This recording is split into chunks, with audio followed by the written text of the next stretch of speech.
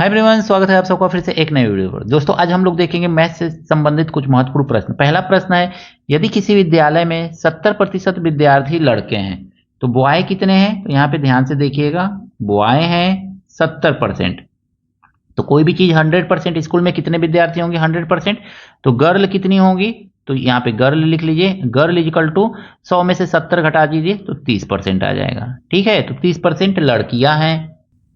अब क्वेश्चन में कहा जा रहा है ना कि लड़कियों की संख्या 504 है, यानी 30% बराबर कितना है? 30% बराबर आपका दिया गया है 504 लड़कियां हैं। तो पूछ रहा है लड़कों की संख्या कितनी है, तो यानी 70% पूछ रहा है। तो सीधे सीधे लिखिए 70% बराबर कितने लड़के होंगे?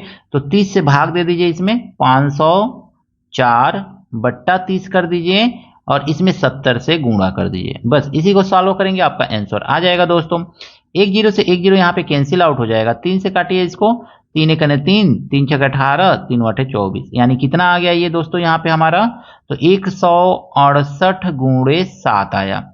मल्टीप्लाई कर लीजिए, 7 वाटे 56, 5 7 छक 42 और 5 47, 4 7 एक 7 4 11, यानी लड़कों की संख्या कितनी है? तो 1176। ऑप्शन नंबर डी जो है इसका सही है। दोस्तों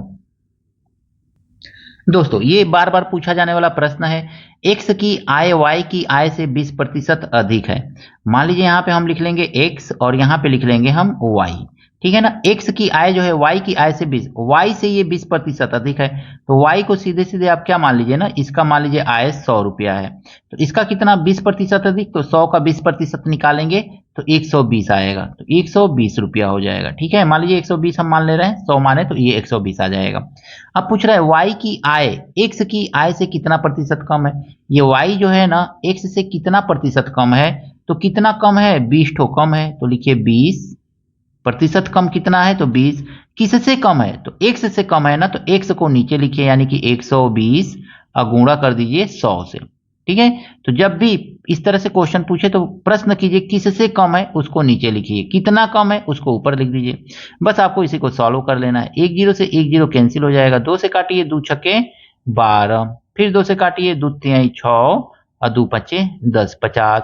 ये कितना आ गया दोस्तों? तो 50 बट्टा 3 आ गया। अब इसको अगर मैं सॉल्व करेंगे ना तो हमको क्या मिलेगा? 3 एक 3, 3 छक्के 18, 19 20 बट्टा 3, 16 से ही 2/3% y जो है x से कम है। तो इस तरह से 16 से ही 2/3%, ऑप्शन नंबर सी जो है दोस्तों इसका सही है। देखिए दोस्तों यहाँ पे कहा गया यदि कोई वस्तु 178 रुपया में 11% की हानि पर बेची जाती है तो 11% का लाभ प्राप्त करने के लिए उसका विक्रय मूल्य क्या होना चाहिए।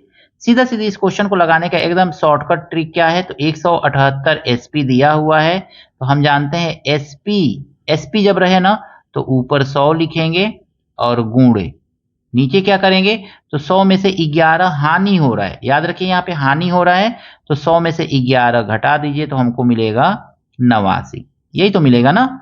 अब मल्टीप्लाई, अब क्या करना है 11% का लाभ, तो अब हमको इससे सीपी मिलेगा, सीपी से फिर हमको एसपी फाइंड करना है। एसपी फाइंड करने के लिए ऊपर 100 में जोड़ा जाता है जितना प्रतिशत लाभ होता है, तो 100 प्लस 11 करेंगे तो 111, अब बट्टा लिख देंगे 100। बस इतना ही क्वेश्चन को सॉल्व करना है, इसके बाद आपका सिंपली ये क्वेश्चन लग जाएगा। 100 से ये 100 कट जाएगा दोस्तों।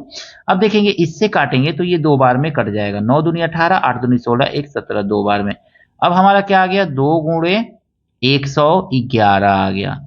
तो अब क्या मिला हमको? 2 एक 2, 2 एक 2, 2 एक 2, यानी 222 रुपया वस्तु का क्या है? विक्रय मूल्य होना चाहिए। 11% का लाभ प्राप्त करने के लिए वस्तु का विक्रय मूल्य 222 रुपया। ऑप्शन नंबर ए जो है इसका सही है।